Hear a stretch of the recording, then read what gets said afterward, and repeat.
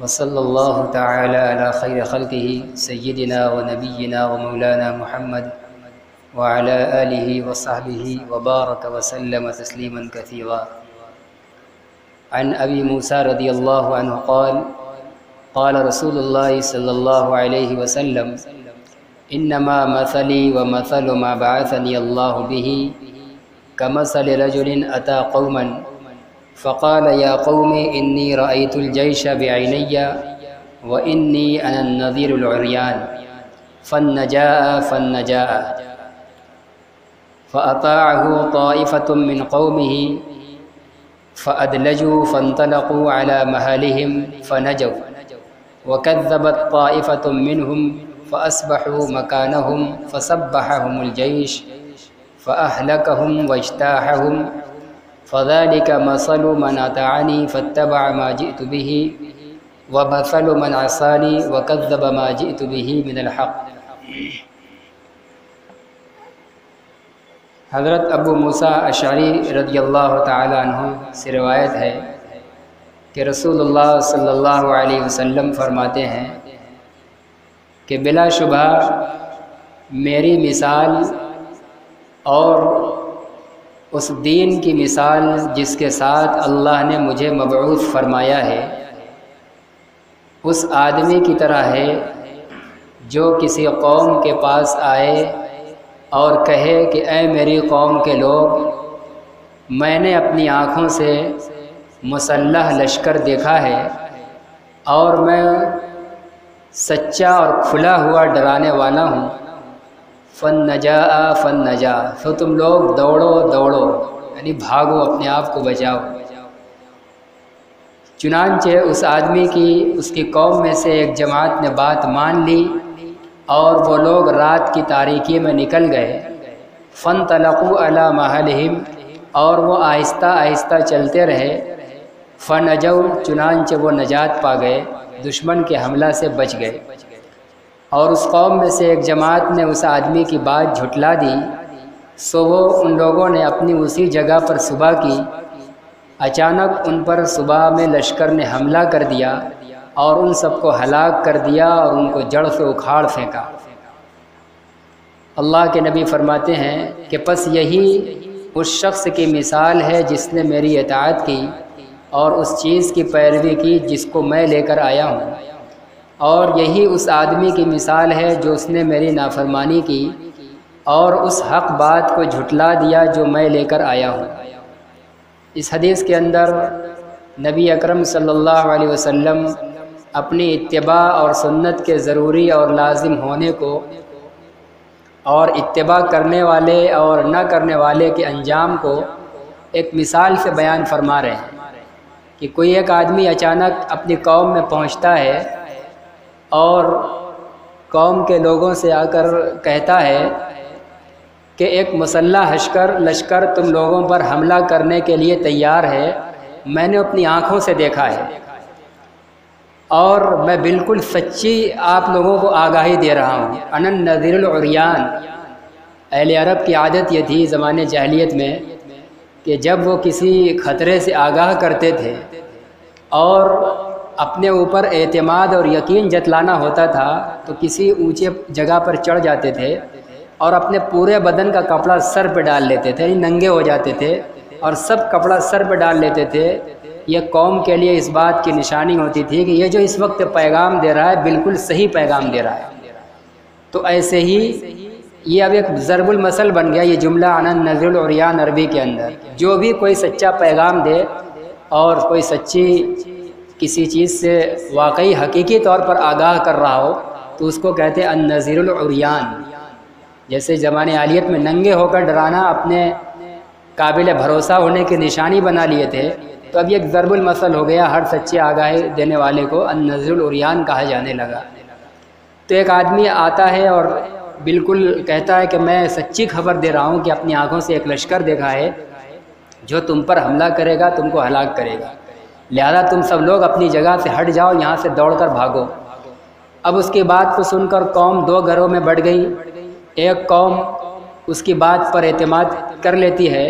اور وہ راتوں رات آہستہ آہستہ نکل جاتے ہیں، اور جو نکل گئے وہ دشمن کے حملے سے بچ گئے، اور دوسری ایک گروہ نے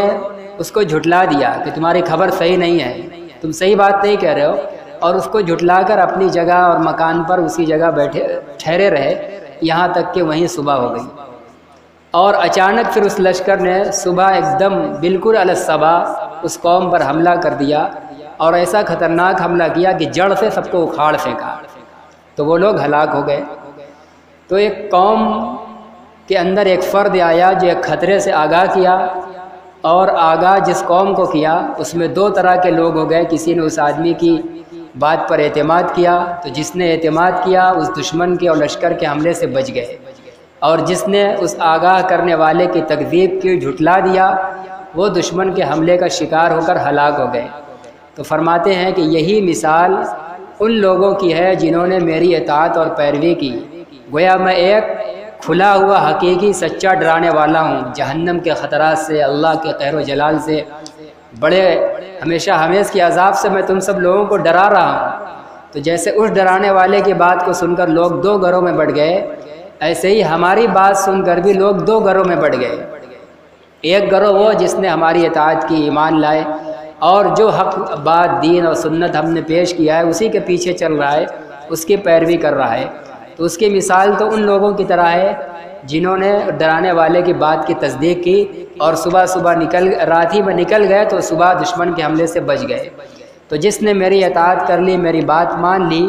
اور پھر وہ آہستہ آہستہ اسی طریقے پر چلتا رہ کر زندگی جب ختم کرے گا تو وہ جہنم کے حملے سے، جہنم کے عذاب سے بچا ہوا رہے گا، جیسے وہ دشمن کے حملے سے وہ گروہ بچ گیا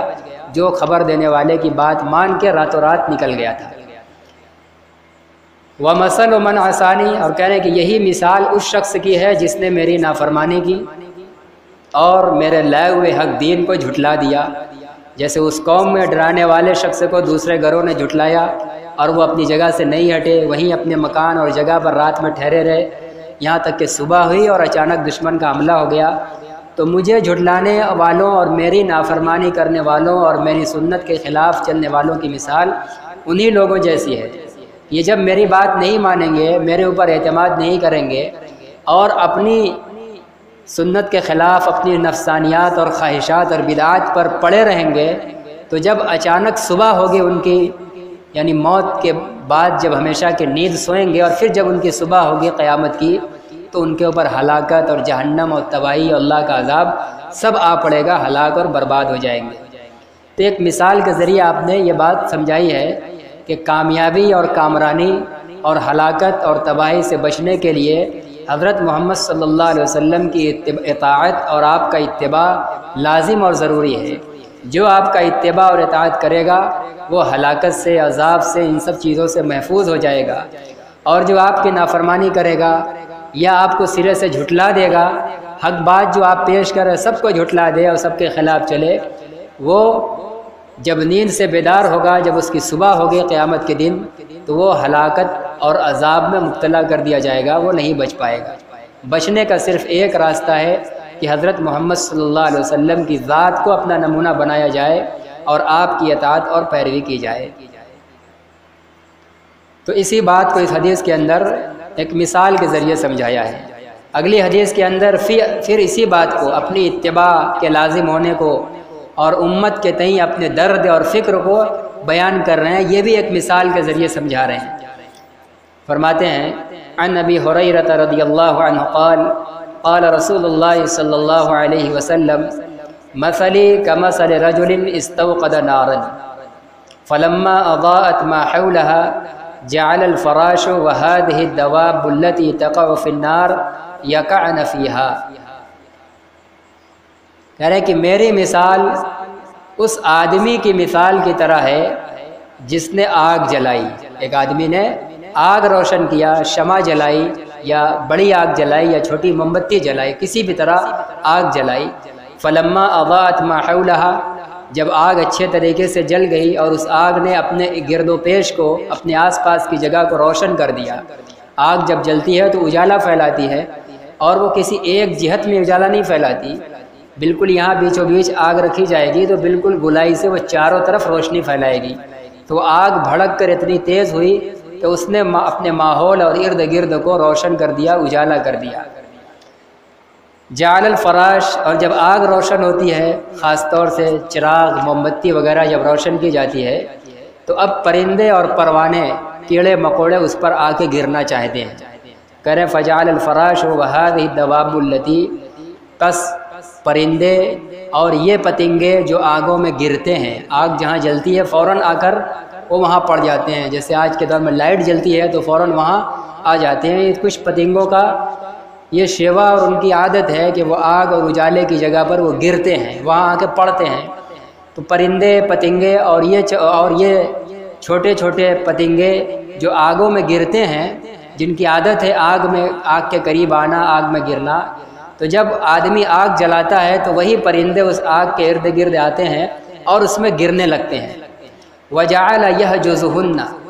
اور وہ آدمی جس نے آگ جلا ہے وہ بیٹھ کر ان کو ہکاتا رہتا ہے کہ پرندے اس میں گر نہ پائیں، ان کو بچانے کی کوشش میں رہتا ہے۔ وَيَغْلِبْنَهُ، لیکن وہ اتنا بزد ہوتے ہیں اس آگ پر گرنے پڑنے کے لیے کہ آدمی کا روکنا کام نہیں آتا، آدمی وہاں ہار جاتا ہے اور وہ پتنگے جیت جاتے ہیں۔ پتنگے اس آدمی پر حاوی ہو جاتے ہیں اور اس کا روکنا ان کو کوئی کام نہیں آتا، وہ آگ میں گر پڑتے ہیں۔ فَيَتَكَحَّمْنَ فِيهَا، اور وہ آگ کے اندر گھس جاتے ہیں، پھر جل جاتے ہیں، ختم ہو جاتے ہیں۔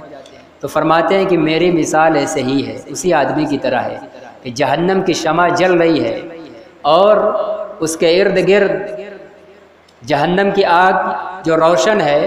ہماری امت کے لوگ انہیں پتنگوں کی طرح جو آگ کے گرد آ کے گرنا چاہتے ہیں، تو کہہ رہے ہیں میری امت کے لوگ بھی اسی میں اپنی نفسانیات اور خواہشات اور بدعات پر چل کر اسی میں گویا پرندے کی اور پتنگے کی طرح گر پڑ رہے ہیں، اور بس چاہ رہے ہیں کہ بس اسی کے قریب آ جائیں، گر جائیں اپنے عمل سے، اپنے کردار سے۔ لیکن جیسے وہ آدمی وہ اپنی آگ کے پاس بیٹھ کر پتنگوں کو ہکاتا ہے، بچانے کی کوشش کرتا ہے، ایسے ہی میں بھی تم لوگوں کو بار بار بچانے کی کوشش کر رہا ہوں، لیکن وہ جیسے ہار جاتا ہے پتنگوں سے، پتنگے بالآخر آگ میں گر ہی جاتے ہیں، ہلاک ہو جاتے ہیں، اسی طرح میری امت کے بہت سے لوگ بھی میرے اوپر غالب آ جائیں گے۔ میری بار بار روکنے کے باوجود ان کی کمر آگے آ رہا ہے کہ میں تمہاری کمر پکڑ کے روک رہا ہوں، اور کمر جب کسی کی پکڑی جاتی ہے تو وہ آدمی اس پکڑنے والے کے پورے طریقے سے قابو میں آ جاتا ہے۔ کمر پر جب گرفت سے آدمی پکڑ لیتا ہے تو وہ آدمی بالکل مکمل پکڑنے والے کے قابو میں آ جاتا ہے۔ تو انتہائی بتا رہے کہ میں مضبوطی سے اور پوری فکر مندی سے آپ لوگوں کو پکڑ رہا ہوں کہ آپ اس جہنم کی آگ میں گرنے نہ پاؤ، لیکن تم لوگ ہو کہ ہماری نافرمانی کر کے اسی میں برابر گرتے چلے جا رہے ہو اور میں مغلوب ہو جا رہا ہوں۔ بہت سے لوگ ان سب کے میرے اتنی فکر اور روک کے باوجود بھی بہت سے لوگ گر جائیں گے، جیسے پتنگے آگ کے اندر آگ جلانے والے کے روکنے کے باوجود گر جاتے ہیں۔ تو اس سے یہ اشارہ مل رہا ہے کہ جو آپ کے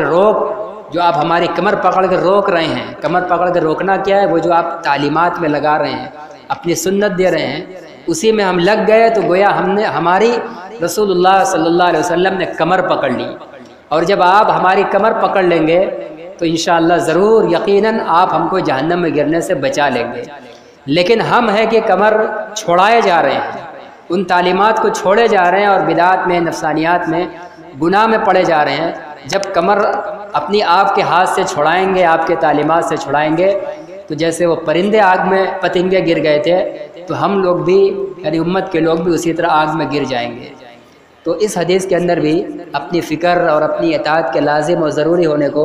مثال کے ذریعے سمجھا رہے ہیں۔ مثال اس لیے بیان کی جاتی ہے کہ مثال سے بات آدمی کو زیادہ سمجھ میں آتی ہے اور دل کے اندر بیٹھتی ہے۔ فرماتے ہیں کہ میری مثال اس آدمی کے مثال کی طرح ہے جس نے ایک آگ جلائی، پھر جب آگ نے اپنے ارد گرد کو روشن کر دیا تو پتنگے اور یہ کیڑے مکوڑے جو آگ میں گرتے ہیں اس میں آ کر گرنے لگے، اور وہ آدمی ان کو روکتا ہے، لیکن وہ پتنگے ان پر حاوی ہو جاتے ہیں اور اس آگ میں گھس جاتے ہیں۔ جب آگ میں گھس جاتے ہیں تو اس کے بعد جل بھن کر ختم ہو جاتے ہیں۔ فَأَنَا آخِذٌ بِحُجَزِكُمْ عَنِ النَّارِ، کہہ رہے ہیں کہ سو میں بھی تمہاری کمر پکڑ کے آگ سے روک رہا ہوں، میں بھی آگ کے جہنم کی آگ کے گرد بیٹھا ہوں اور تم لوگوں کی کمر پکڑ رہا ہوں کہ کوئی میری امت کا گرنے نہ پائے۔ فَأَنَا آخِذٌ بِحُجَزِكُمْ، سو میں تمہاری کمر کو آگ سے بچانے کے لیے پکڑ رہا ہوں، روک رہا ہوں۔ وَأَنْتُمْ تَقَحَّمُونَ فِيهَا، اور تم لوگ ہو کہ اسی میں گرے پڑے جا رہے ہو۔ میں روکنے کی جتنی کوشش کر رہا ہوں، تم لوگ بجائے روکنے اور بچنے کے اسی میں گرتے پڑے جا رہے ہو۔ بچے گا کیسے آدمی؟ آپ کیسے کمر پکڑ رہے ہیں؟ آپ کی تعلیمات ہیں، احادیث ہے، سنت ہے، ان کو ہم نے اپنا لیا، گویا ہم آپ کی گرفت میں آ گئے۔ جب ہم آپ کی گرفت میں آ جائیں گے تو آپ ہم کو جہنم میں گرنے سے بچا لیں گے۔ اور اگر ہم آپ کی ان تعلیمات کو، طریقوں کو نہیں اپنائیں گے، منمانی زندگی گزاریں گے، غیروں کی نقل کریں گے، نبی کو چھوڑ کر اوروں کو اپنا زندگی میں نمونہ اور آئیڈیل بنائیں گے،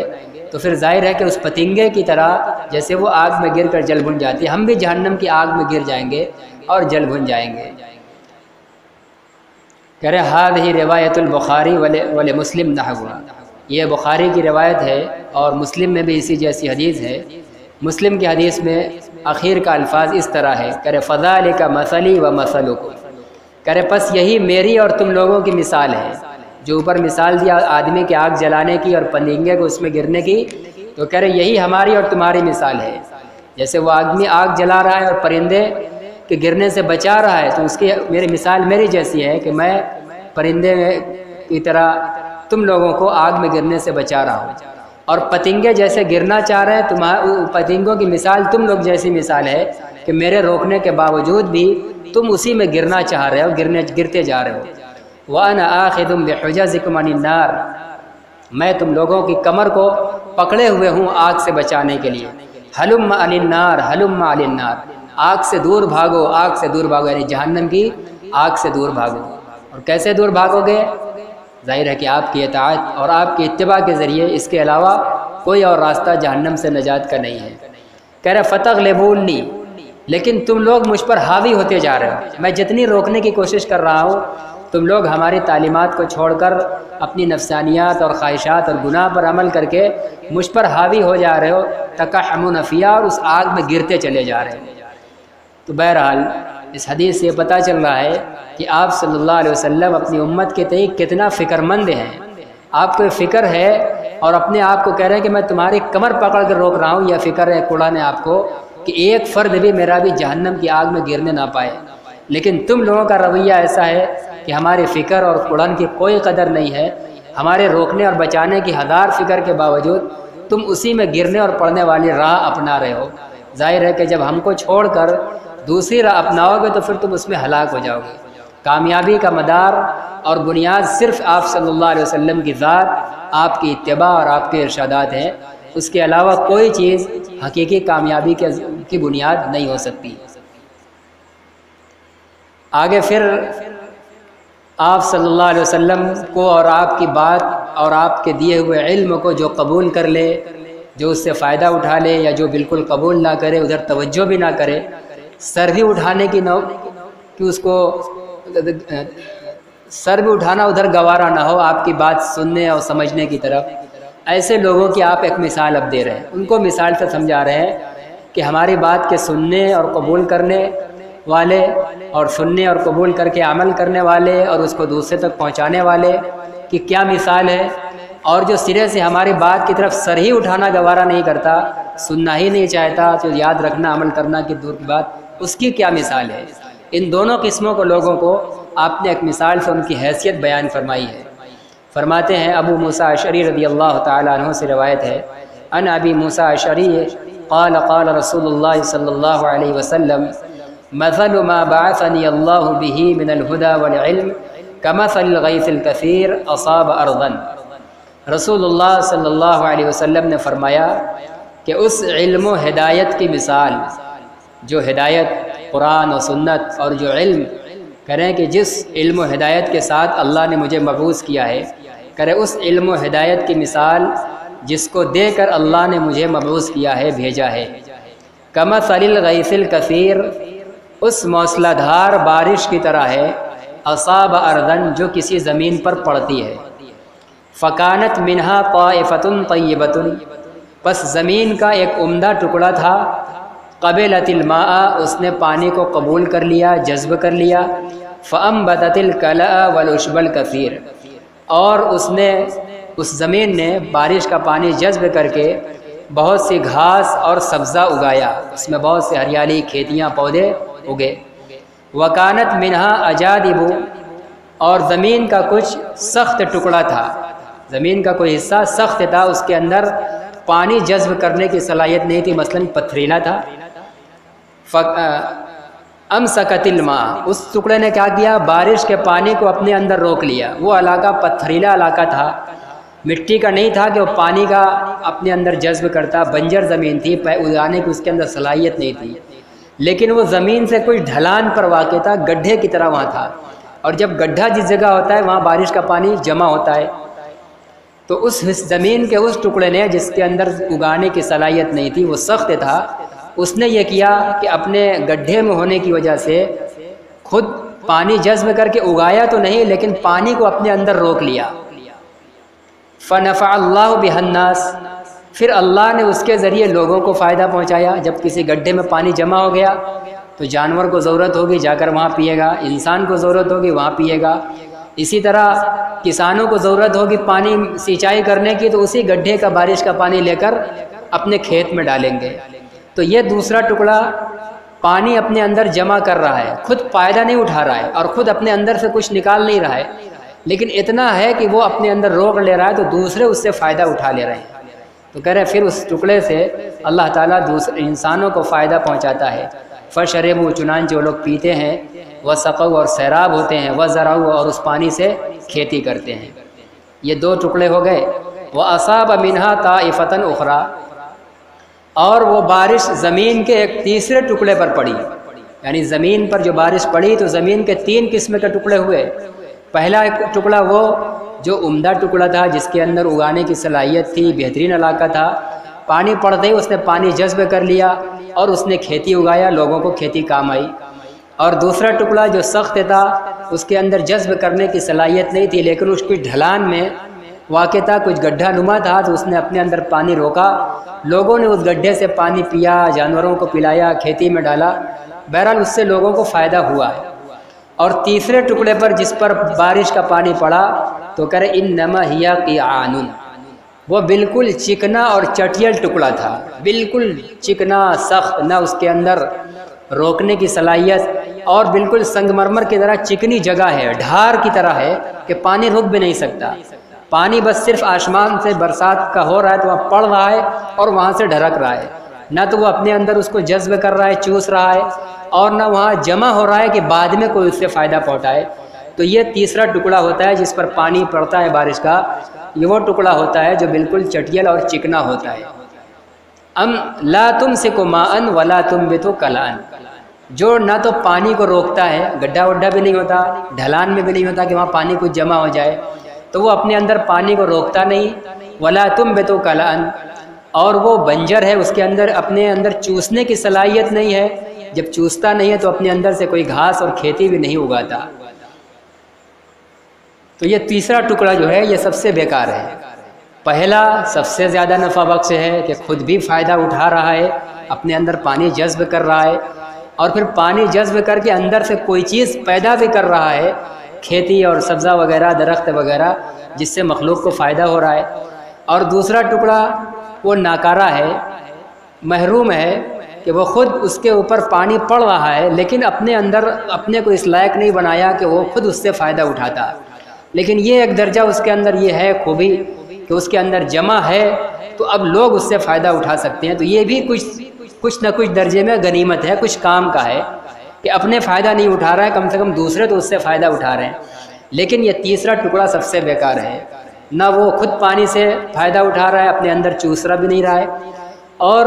اپنے اس جگہ پر روکنے کی بھی صلاحیت نہیں ہے کہ بعد میں کوئی انسان اور جانور پی لے، کھیتی میں اس کو اٹھا کے ڈال دیا جائے، بس پڑا اور بہہ کر ڈھرک گیا۔ فرماتے ہیں کہ فذلک مثل من فقہ فی دین اللہ ونفعہ بما بعثنی اللہ بہ فعلم وعلم۔ فرماتے ہیں کہ یہی مثال ہے اس شخص کی جس نے دین کے بارے میں سمجھ حاصل کی، جس نے اللہ کے دین کے بارے میں سمجھ حاصل کی، اللہ کے دین کا علم حاصل کیا۔ علم اور ہدایت جو اللہ کے نبی صلی اللہ علیہ وسلم دے رہے ہیں، گویا وہ بارش کے پانی کی طرح انسانی قلوب کے اوپر پڑ رہے ہیں۔ اب انسان کے دل بھی اسی زمین کے ٹکڑوں کی طرح 3 قسم کے ہیں، بعض دل تو وہ ہیں جو آپ کی ان تعلیمات کو جو آپ کے دل پر پڑتی ہے اپنے اندر اس کو جذب کر لیتے ہیں، قبول کر لیتے ہیں اور اس پر عمل کرتے ہیں، اور پھر ساتھ ہی ساتھ آپ کی اس بات کو جو اس کے دل کے اندر پڑی ہے کتاب و سنت کی، ہدایت کی، علم کی، وہ اس کو دوسروں کو بھی بتلاتے ہیں، دوسروں کو بھی سکھلاتے ہیں۔ تو اس آدمی کی مثال زمین کے پہلے ٹکڑے کی طرح ہے جس پر بارش کا پانی پڑتا ہے تو وہ خود بھی چوستا ہے اور اپنے اندر سے کھیتی اگا کر دوسروں کے کام بھی آتا ہے۔ تو یہ اس آدمی کی مثال ہے جو دین کا علم حاصل کرتا ہے، دین کے سمجھ حاصل کرتا ہے، اس کے دل پر اللہ کے نبی کا علم اور دین پڑتا ہے، اور وہ بہترین دل ہے جس کے اندر قبول کرنے کی صلاحیت ہے، وہ اس علم کو جذب کر لیتا ہے۔ پتھر کی طرح علم اس کے اوپر سے سرک کر نکل نہیں جاتا ہے بلکہ دل کے اندر جگہ بناتا ہے، اور پھر وہ اس پر عمل کرتا ہے اور اس سے دوسروں کو نفع پہنچاتا ہے۔ دوسرے لوگ اس سے سیکھ کر وہ بھی علم حاصل کرتے ہیں، وہ بھی سنت و شریعت کو جانتے ہیں اور عبادت اپنی درست کرتے ہیں۔ تو یہ اس آدمی کی مثال زمین کے پہلے ٹکڑے کی طرح ہے۔ اسی طرح دوسرا شخص جو دوسرا زمین کا ٹکڑا ہے، جو اپنے اندر پانی کو روکتا تو ہے لیکن چوس نہیں پاتا، خود فائدہ نہیں اٹھا پاتا، لیکن جمع کر لیتا ہے تو دوسرے فائدہ اٹھا لیتے ہیں، یہ اس آدمی کی مثال ہے جس کے سامنے دین کا اور قرآن کا علم آیا اور اس نے اپنے دل کے اندر اس کو رکھا بھی، لیکن دل کے اندر وہ پیوست نہیں ہو سکا، اس معنی کر کے اس کو اس سے فائدہ اٹھانے یعنی عمل کرنے کی توفیق نہیں ہوئی۔ اس کا دل شقی ہے اور اتنا سخت ہے کہ دل کے اندر تعلیم اور قرآن اور سنت کا سب کا علم اللہ نے گڈھا بنا دیا، سب وہاں رک گیا اور سب اس کو یاد ہو گیا، معلوم ہو گیا، لیکن وہ اس کے تقاضے پر عمل نہیں کر پا رہا ہے، گویا وہ اس کے اندر اس کو چوسنے کی صلاحیت نہیں ہے، لیکن وہ علم دوسروں کو بانٹ رہا ہے، دوسروں کو سکھا رہا ہے، اور ضرورت پڑتی ہے تو دوسروں کو رہنمائی کر رہا ہے۔ تو یہ زمین کے اسی دوسرے ٹکڑے کی طرح ہے۔ یہ اگرچہ بہت محروم نہیں ہے لیکن من وجہ محروم ہے۔ صرف عمل حاصل کر کے، علم حاصل کر کے دوسروں تک پہنچانا یہ مقصود نہیں ہے۔ علم کا پہلا مقصود ہے کہ خود اس کو چوسنا یعنی خود اس پر عمل کرنا، جو زمین کے پہلے ٹکڑے کا کام ہوتا ہے۔ تو سب سے بہترین وہ لوگ ہیں جو پہلے ٹکڑے کے مانندے ہیں، اور دوسرے لوگ وہ غنیمت ہے تیسرے والے کے بنسبت کہ انہوں نے علم کو حاصل کر لیا، یعنی آپ کے اوپر ایمان لے آئے، قبول کر لیا، قرآن و سنت کا علم بھی ہے لیکن عمل نہیں کر رہے ہیں۔ ہاں ضرورت پڑ رہی ہے تو دوسروں کو بتا رہے ہیں، رہنمائی کر رہے ہیں۔ تو یہ مثال ہے اس آدمی کی جو علم کو حاصل کرتا ہے اور اسے دوسروں کو سکھلاتا ہے لیکن خود عمل نہیں کرتا۔ فرما رہے ہیں پھر آگے تیسرے شخص کی بھی مثال دیں گے، پر یہی مثال ہے اس آدمی کی جس کو اللہ نے اپنے دین کے بارے میں سمجھ دی۔ وَنَفَعَهُ بِمَا بَعَثَنِي اللَّهُ، اور اللہ نے اس کو نفع پہنچایا اس چیز کے ذریعے جس کے ساتھ اللہ نے مجھے مبعوث فرمایا ہے۔ فَعَلِمَ، چنانچہ اس نے علم کو سیکھا، وَعَلَّمَ، اور اس کو سکھلایا بھی، علم کو سیکھا بھی، عمل بھی کیا اور دوسروں کو بھی سکھلایا۔ تو یہ مثال ہے پہلے والے ٹکڑے کی طرح، زمین کا وہ حصہ جو اپنے اندر پانی جذب کرتا ہے اور کھیتی بھی اگاتا ہے۔ ظاہر ہے کہ وہ سب سے زیادہ مفید ہے اور سب سے زیادہ قابل توجہ ہے۔ تو اسی طرح وہ انسان جو علم دین کو حاصل کر لے، اپنے دل کے اندر محفوظ کر لے اور دل اس کو جذب بھی کر لے، اس طرح کے عمل کی توفیق ہو جائے اور پھر اس کو دوسروں تک پہنچائے بھی، وہ زمین کے پہلے ٹکڑے کی طرح ہے، یعنی انتہائی مفید ہے۔ اور جو صرف علم کو حاصل کر لے، قبول کر لے، اپنے دل کے اندر علم کو جگہ دے دے لیکن دل کے اندر علم پیوست نہ ہو، یعنی عمل کی توفیق نہ ہو، اور جب ضرورت پڑے تو دوسروں کی رہنمائی کرے، تو یہ زمین کے دوسرے ٹکڑے کی طرح ہے کہ اس کے برتن کے اندر علم موجود ہے لیکن وہ ایسا محروم ہے کہ خود اس سے علم فائدہ نہیں اٹھا پا رہا ہے اور دوسرے لوگ آ کے اس سے فائدہ اٹھا کے اپنی زندگی بنا رہے ہیں۔ وَمَثَلُ مَن لَّمْ يَرْفَعْ بِذَلِكَ رَأْسًا، کرے کہ اور یہی مثال ہے اس شخص کی جس نے اس کی طرف بالکل سر نہیں اٹھایا، جس نے میرے علم اور ہدایت جو میں لے کر آیا ہوں، جس نے اس کی طرف بالکل سر ہی نہیں اٹھایا، اس نے سننا بھی گوارا نہیں کیا کہ اللہ کے نبی کی بات ہو رہی ہے تو اس کو سن لیا جائے، آپ کی بات کی طرف دھیان لگایا جائے، کان لگایا جائے، سر اٹھانا بھی گوارا نہیں کیا، تو اس کی مثال کہہ رہے ہیں کہ اس تیسرے ٹکڑے کی طرح ہے جو بالکل چکنا سخت ہے، پانی پڑے گا تو اندر جذب بھی نہیں ہوگا اور ڈھلان بھی نہیں ہے کہ اس میں کچھ جمع رہے گا، بالکل ڈھار کی شکل میں پورا بہہ کر گر جائے گا۔ تو ان کی مثال یہی ہے کہ ہمارے علم اور ہدایت کی بات ان کے کان تک پڑے گی، لیکن وہ اس کی طرف اب توجہ بالکل نہیں دیں گے، تو علم ان کے دل کے اندر محفوظ بھی نہیں ہوگا، اور جب وہ محفوظ نہیں ہوگا تو پھر دوسرے خود جب فائدہ نہیں اٹھائیں گے تو دوسرے ان سے کہاں فائدہ اٹھا سکتے ہیں۔ یہ تیسرے لوگ سب سے زیادہ محروم اور بدبخت لوگ ہیں، جو نبی کے علم اور دین اور ہدایت کی طرف بالکل توجہ نہ دیں، اس کو اپنے دل میں جگہ بھی نہ دیں۔